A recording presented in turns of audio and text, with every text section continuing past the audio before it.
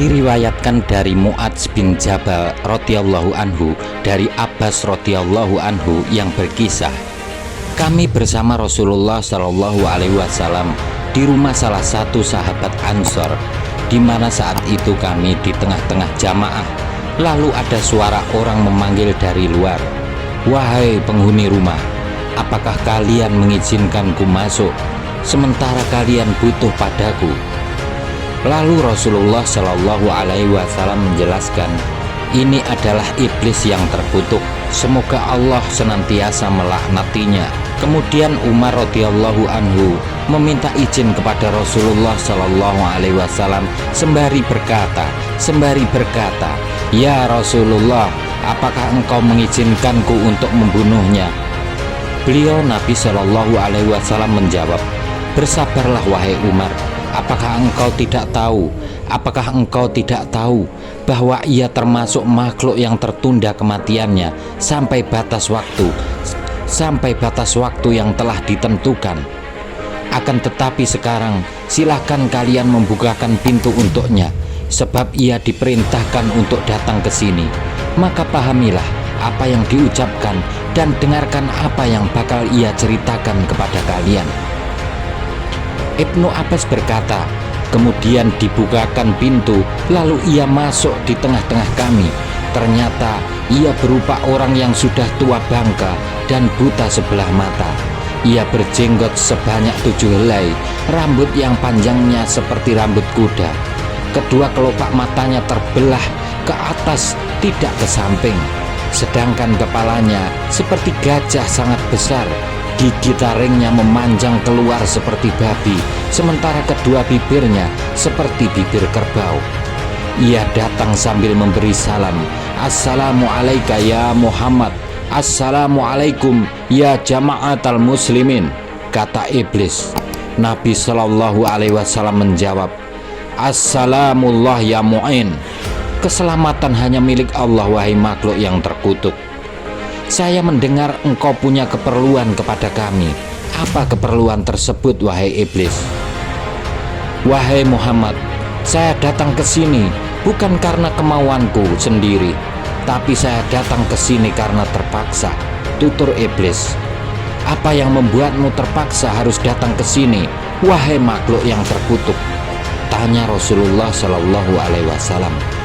Iblis lalu menjawab, "Telah datang kepadaku seorang malaikat yang diutus oleh Tuhan yang Maha Agung, di mana utusan itu berkata padaku, sesungguhnya Allah Subhanahu wa Ta'ala memerintahmu untuk datang kepada Muhammad Shallallahu Alaihi Wasallam. Sementara engkau adalah makhluk yang rendah dan hina, engkau harus memberitahu kepadanya bagaimana engkau menggoda dan merekayasa anak cucu Adam alaihissalam, bagaimana engkau membujuk dan merayu mereka. Lalu engkau harus menjawab segala apa yang ditanyakan Muhammad dengan jujur.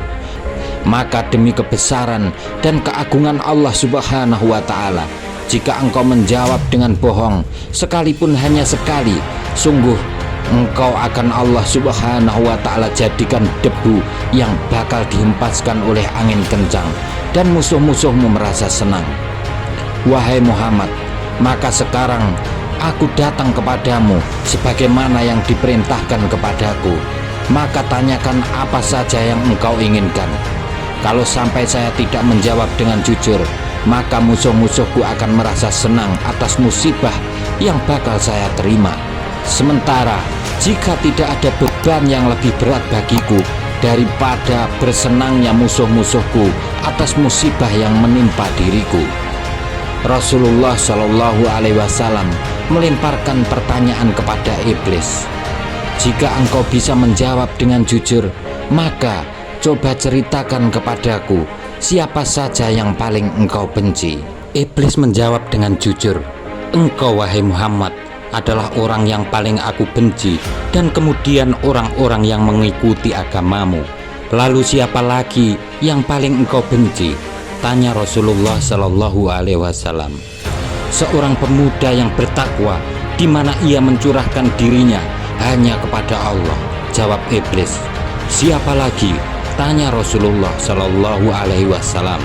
"Orang alim yang warok, menjaga diri dari syubhat dan sabar. Jawab iblis. Siapa lagi? Tanya Rasulullah Shallallahu Alaihi Wasallam. Orang yang senantiasa melanggengkan kesucian dari kotoran hadas besar, hadas kecil dan najis. Tutur iblis. Siapa lagi? Tanya Rasulullah Shallallahu Alaihi Wasallam. Orang fakir yang senantiasa bersabar, yang tidak pernah menuturkan kefakirannya kepada siapapun dan juga tidak pernah mengeluhkan penderitaan yang dialaminya. Jawab iblis. Lalu di mana engkau tahu kalau ia bersabar? Tanya Rasulullah Shallallahu Alaihi Wasallam. Wahai Muhammad, bila ia masih dan pernah mengeluhkan penderitaannya kepada makhluk yang sama dengannya selama 3 hari, maka Allah Subhanahu wa Ta'ala tidak akan mencatat perbuatannya dalam kelompok orang-orang yang bersabar. Jelas iblis. Lalu siapa lagi? Tanya Rasulullah. Orang yang bersedekah dengan karena Allah. Tutur iblis. Mengapa demikian wahai Abu Murrah, julukan untuk iblis? Tanya Rasulullah Shallallahu Alaihi Wasallam. Iblis kemudian menjawab, sebab dalam sedekah ada 4 perkara yang perlu diperhatikan. Dengan sedekah itu Allah Subhanahu wa Ta'ala akan menurunkan keberkahan dalam hartanya, menjadi ia disenangi di kalangan makhluknya. Dengan sedekah itu pula Allah Subhanahu wa Ta'ala akan menjadikan suatu penghalang antara neraka dengannya dan akan menghindarkan segala bencana dan penyakit. Tutur iblis dengan jelas.